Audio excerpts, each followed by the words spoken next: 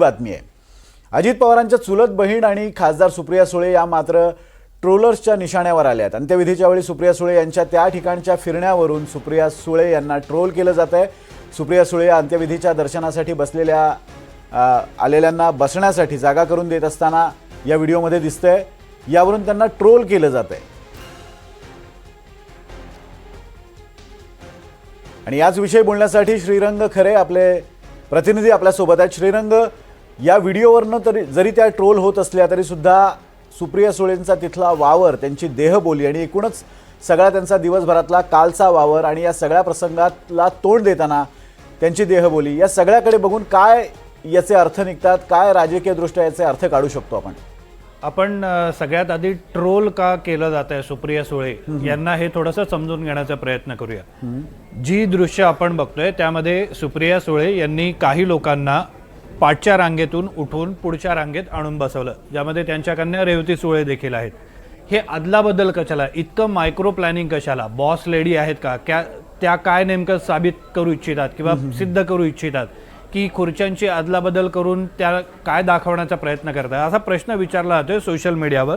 कारण सोशल मीडियावरच हा व्हिडिओ अत्यंत वेगानं व्हायरल होतोय। बरोबर। आता यामागचं कारण सांगितलं जात आहे की सुप्रिया सुळे या पुन्हा एकदा पकड बनवू इच्छित आहेत सगळ्या राजकीय परिस्थितीवर, आणि ज्या दोन राष्ट्रवादी काँग्रेसचं एकत्रीकरण किंवा विलिनीकरण होणार त्या पोस्ट विलिनीकरण सिनारिओमध्ये सुप्रिया सुळे पुन्हा एकदा महत्त्वाची भूमिका बजावू शकतात, असा एक पद्धतीनं ट्रोलर्स या सगळ्या व्हिडिओमधनं ट्रोल करून सांगू इच्छित आहेत। मात्र थोडंसं आपण या सगळ्या परिस्थितीकडे वेगळ्या अंगानं देखील बघणं गरजेचं आहे। बरोबर आहे। सुप्रिया सुळे या आत्ताच्या घडीला शरद पवार यांच्यानंतर अत्यंत महत्त्वाच्या आणि एक वरिष्ठ नेत्या आहेत, ज्यांच्याकडे खासदारकी आहे, ज्या लोकांमधनं जिंकून आलेल्या आहेत, ज्यांना जनाधार आहे। त्यांनी सुनेत्रा पवार यांचा पराभव केलेला होता। ही सगळी गोष्ट जरी आपण मान्य केली, मात्र त्या पवार कुटुंबातले आहेत, एक दोन लोकप्रतिनिधी आहेत आणि शरद पवारांच्या कन्या आहेत, आणि कुटुंबामध्ये शरद पवारांनंतर त्या ज्येष्ठ आहेत सगळ्या भावंडांमध्ये किंवा या सगळ्या जनरेशनमध्ये अजित पवारांनंतर। आता अजित पवारांच्या निधनाचं दुःख त्यांनाही होणं स्वाभाविक आहे। काल आपण व्हिडिओ बघितलेले होते की त्यांना दुःख झालेलं होतं। त्यामुळे जर अशा पद्धतीची व्यवस्था आपल्याला करायची असेल तर त्याच्यासाठी कोणीतरी पुढाकार घेणं गरजेचं होतं।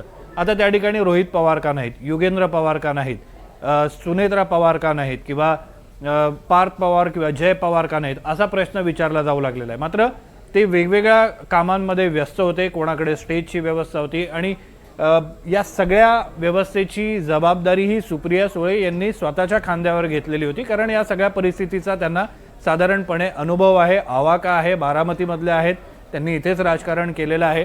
त्यामुळे इथे नेमकं काय काय आहे, कशा पद्धतीनं रचना असावी, कुठून लोकांना दिसू शकतं, कुठून लोकांना दिसू नाही शकत, या सगळ्या गोष्टींची त्यांना पूर्णपणे कल्पना होती, ज्यामुळेच कदाचित त्यांनी अशा पद्धतीची सिटिंग अरेंजमेंट बदलण्याचा प्रयत्न केला असावा, असा समज आहे। आता यामागची खरी कारणं काय आहेत ते आपण कदाचित त्यांच्याकडनंच जेव्हा केव्हा वेळ येईल तेव्हा जाणून घेण्याचा प्रयत्न करूया।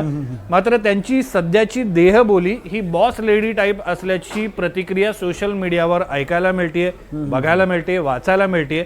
मात्र त्यात तेवढंसं तथ्य वाटत नाही, दिसत नाहीये। विनोद, अगदी एरवी अजित पवार या भूमिकेत दिसायचे, कोणताही राष्ट्रवादी काँग्रेसचा कार्यक्रम असो किंवा कुठलाही प्रसंग असो, अजित पवार अशाच अधिकारवाणीने त्यांचा वावर असायचा, आणि आता अजित पवारांच्या गैरहजेरीत सुप्रिया सुळे त्याच भूमिकेत दिसत आहेत।